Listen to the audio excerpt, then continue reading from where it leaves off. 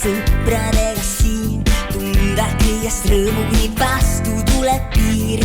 Proovin olla vaba ning vaadata, mis saab, sest hommikul vara ei pea ma ärkama.